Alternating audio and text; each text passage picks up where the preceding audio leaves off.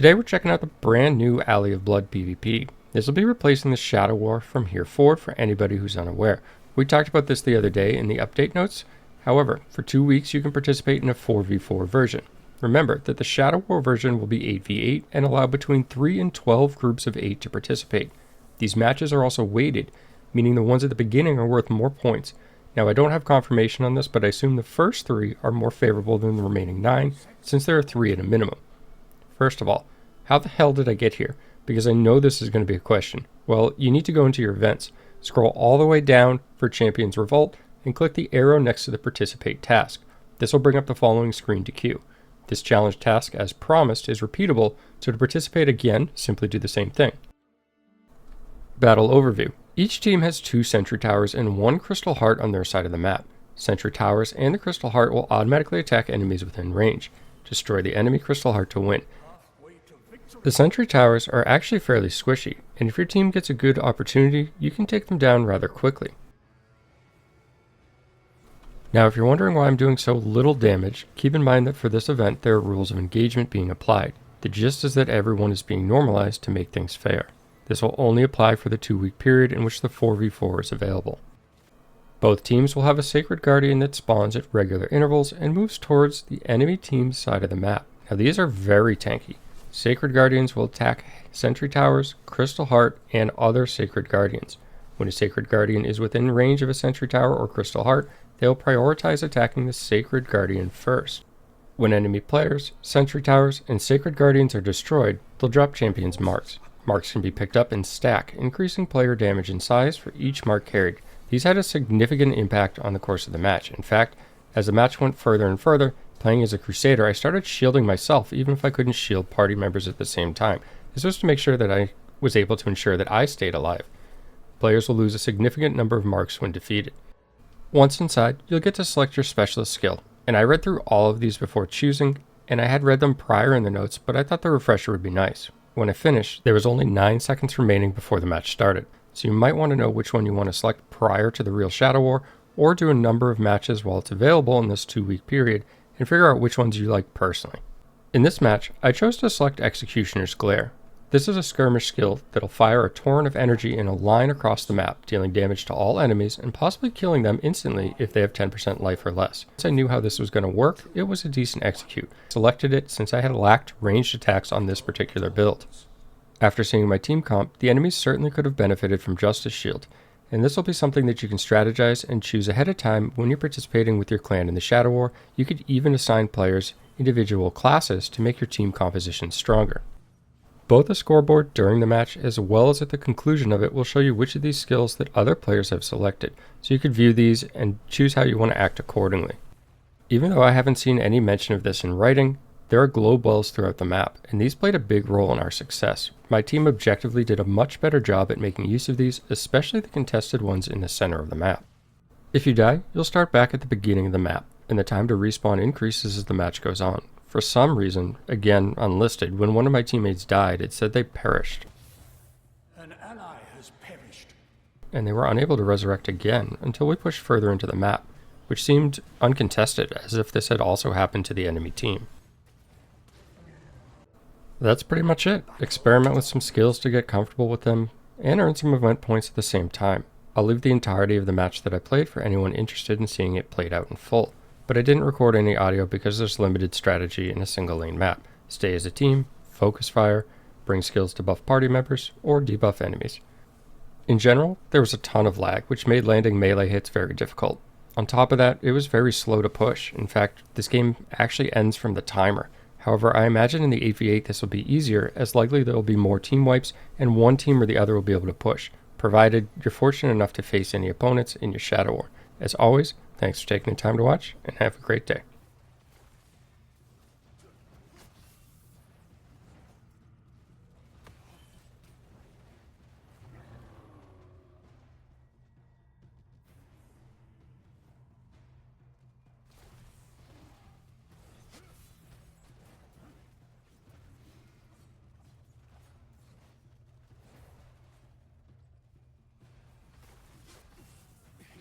Death brings no honor.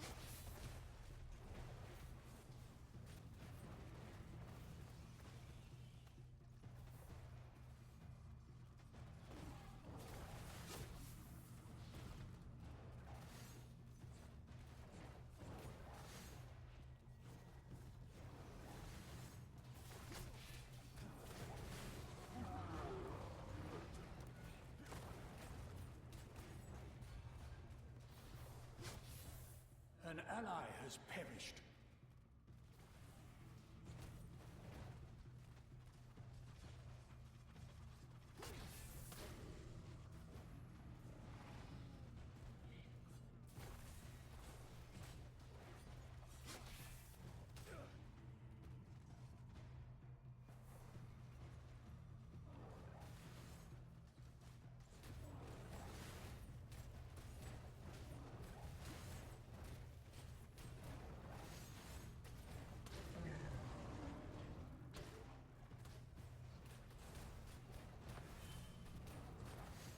Halfway to victory.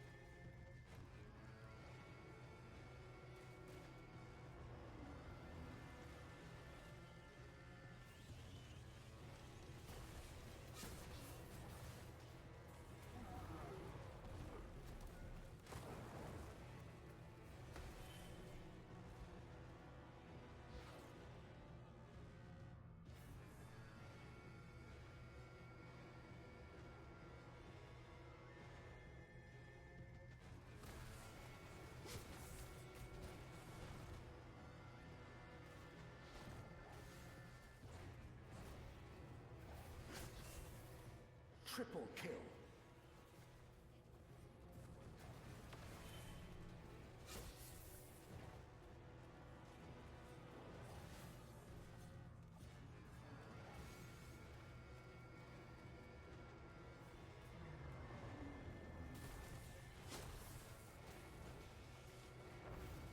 Quadruple kill. Heal me.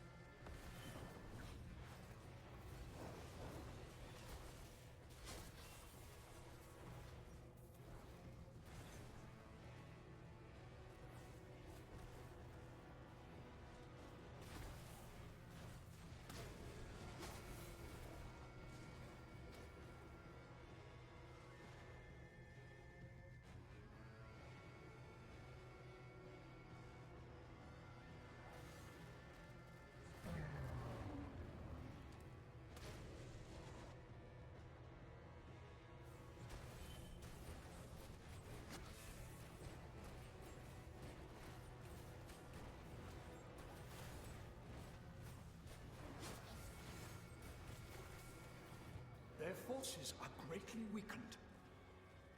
Solution is at hand.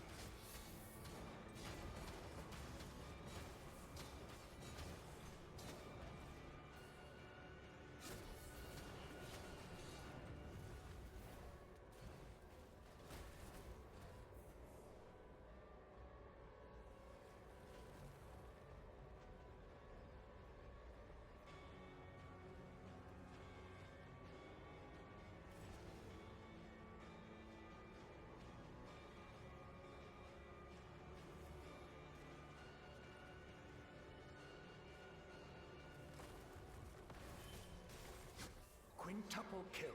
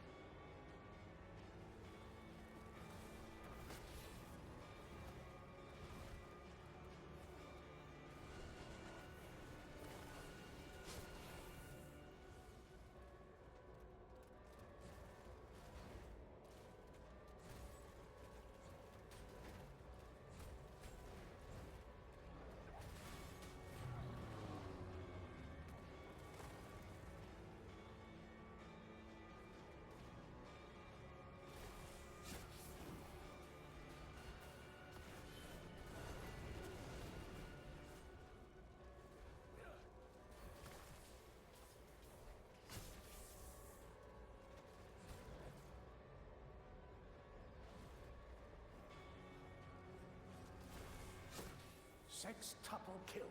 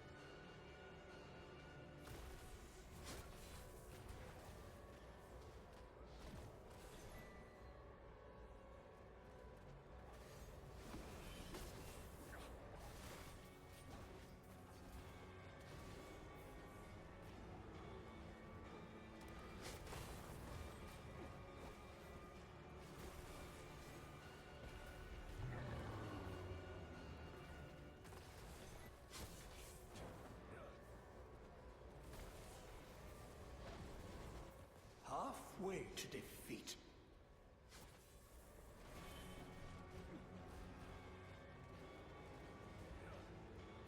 Heal me.